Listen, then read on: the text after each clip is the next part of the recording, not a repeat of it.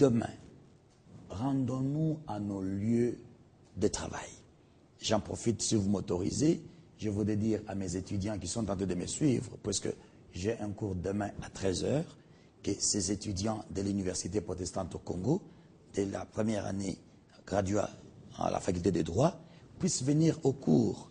La vie continue. Même ceux qui n'ont pas de célébus, ils ont accès au cours? Écoutez, ça, je crois que nous sommes 3 professeurs ici. Nous avons un animal politique tel que vous l'avez désigné, vous l'avez défini, c'est un parent. Aucun professeur n'a le droit d'imposer son syllabus aux étudiants. Voilà, ça c'est une petite Donc, parenthèse. Voilà. Je voulais seulement dire que demain, nous tous ici, nous continuons notre vie comme ça a toujours été. Et vous remarquerez d'ailleurs, sauf les audiences accordées aux membres du Conseil de sécurité, qui conduisait les représentants spéciaux du secrétaire général, M. Roger Miss, et aux membres de la facilitation, les sages, le candidat Joseph Kabila Kabange, dans ses fonctions de président de la République, ne veut pas trop apparaître à la télévision, donc dans les médias. Vraiment, il est réservé et c'est sa nature. Ceux qui connaissent Joseph Kabila Kabange savent que c'est quelqu'un qui se tient toujours loin des médias pour ne pas influencer quoi que ce soit. Et c'est quelqu'un comme vous, comme moi, comme nous tous ici, qui attend ces résultats. Et le peuple congolais n'a qu'à suivre l'exemple de son président de la République, qui est patient, qui est serein et dans toute humilité attend les résultats que la CENI va nous donner le dernier jour. Le message est passé. Professeur Kambila, nous allons terminer par ce tour du plateau justement. Un message par rapport à la question abordée, quel devra être notre comportement déjà à partir de demain dans le milieu de travail, au marché, que vous soyez de l'opposition de la majorité présidentielle, que vous soyez partisan d'Étienne Tshisekedi ou de Joseph Kabila Kabange, quel devra être notre discours, notre comportement dans tous les milieux de service, dans les sociétés, partout, même au sein de nos formations politiques? Premier message qu'il faut retenir, la campagne est terminée, nous avons échangé, nous avons débattu, nous nous sommes écoutés les uns les autres, les décisions, les dés sont jetés, puisque même si on ne donne pas encore les résultats, mais enfin les résultats sont dans les chiffres qu'on nous annonce, maintenant il nous faut nous mettre ensemble pour construire notre pays. Mettons notre énergie au travail, à la réflexion et au travail. Nous devons beaucoup travailler pour continuer le travail qui a été fait pendant ces 5 dernières années.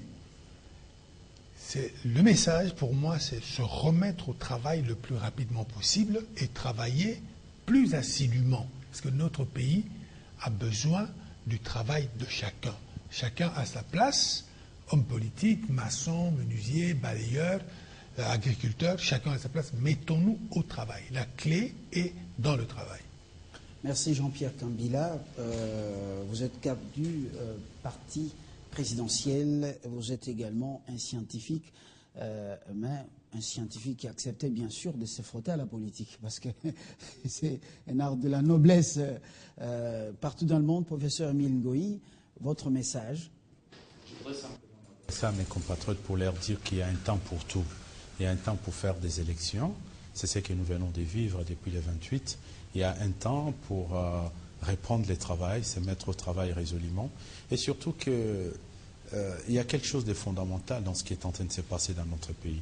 Moi, je suis particulièrement heureux de penser aujourd'hui, de constater que les forces progressistes sont en triomphe dans notre pays. Qu'il s'agisse du PPRD, qu'il s'agisse du UDPS, du PALU et d'une manière globale de la majorité présidentielle. Nous sommes tous des forces progressistes, nous sommes tous de la social-démocratie. C'est une chose. Imaginez que dans ces pays, nous ayons encore dans ces élections des projets de société avec des idéologies particulièrement duales. Certainement que ça aurait été un peu plus... le duel aurait pu être encore plus frontal Et je pense que quels que soient les projets de société qui vont triompher, de Joseph Kabila ou d'Etienne Tshisekedi, il est évident que c'est les forces progressistes qui vont continuer à imprimer les destins de ces pays, comme l'ont été Patrice Emery Lumumba et d'autres avant entre-temps. Donc, de ce point de vue-là, le peuple, mes compatriotes congolais, devons comprendre que nous avons posé l'acte que tout le monde attendait de nous, c'est-à-dire nous avons voté, nous avons choisi. Et qu'aujourd'hui, les temps qui restent jusqu'à ce que nous puissions connaître, c'est vrai, nous sommes tous dans l'empressement de connaître le futur président de la République démocratique du Congo. C'est une décision importante, c'est une décision cruciale pour la vie d'un pays, pour la vie d'une nation. Mais il est évident que cela requiert aussi, c'est une machine lourde à gérer. Organiser les élections, c'est une question de moyens, c'est une question également d'organisation, n'est-ce pas? Et dans un pays qui est en train petit à petit d'enraciner la culture de la démocratie. Ça n'a pas été facile. C'était un défi à notre pays. Trouver le moyen nécessaire pour que ces élections aujourd'hui donnent une image positive de notre pays. Moi, je me réjouis en tant que Congolais de voir toutes ces grandes personnalités du monde entier qui passent et qui disent, voilà, l'organisation a été impeccable. Il y a eu des faits mineurs, mais qui restent mineurs, mais que d'une manière globale, d'une manière générale, les élections sont bien passées. On parle de la RDC, on parle d'une organisation 100% congolaise. Ceux qui ont voté sont des Congolais. Le pouvoir organisateur de ces élections, c'est un pouvoir également congolais, n'est-ce pas? Donc tout cela, ce sont des raisons de fierté. N'abîmons pas cela. N'abîmons pas cela. Comme on dit dans nos langues traditionnelles, comme les Lingala, on dit « boite de narana ni bongo ».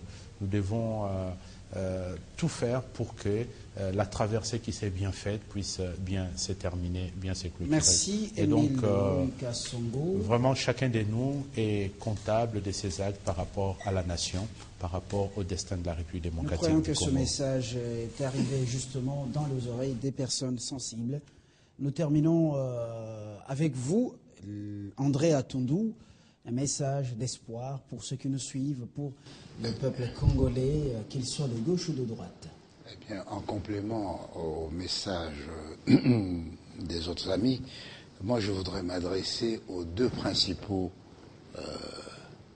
challengers. Lorsqu'on se présente candidat président de la République, on prend l'engagement de se montrer homme d'État. Eh bien, pendant cette période, nul doute que le peuple congolais les regarde, c'est leur exemple qui va nous soutenir. Eh bien, moi je suis convaincu qu'ils sauront se montrer à la hauteur de cette attente, qu'ils ne vont pas enflammer la situation pour rien. On ne perd rien à attendre pour des résultats finalement qui doivent nous aider à consolider la nation et à ne pas retarder la marche pour le développement de notre pays.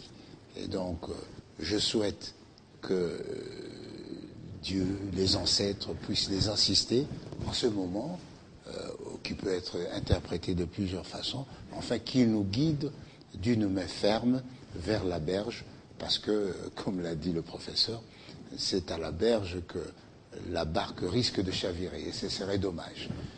Merci André Alain Atundou, merci professeur Toussaint Tshilombo Sand, merci Jean-Pierre Kambila, professeur également, acteur politique, merci Émile Ngoyi Kasongo pour toute votre contribution justement à l'édification de cette nation qui se recherche encore au cœur de l'Afrique. Cette nation qui a besoin de tout le monde, qui a besoin des jeunes, des vieux, qui a besoin des enfants, parce que c'est notre partage, c'est notre patrimoine.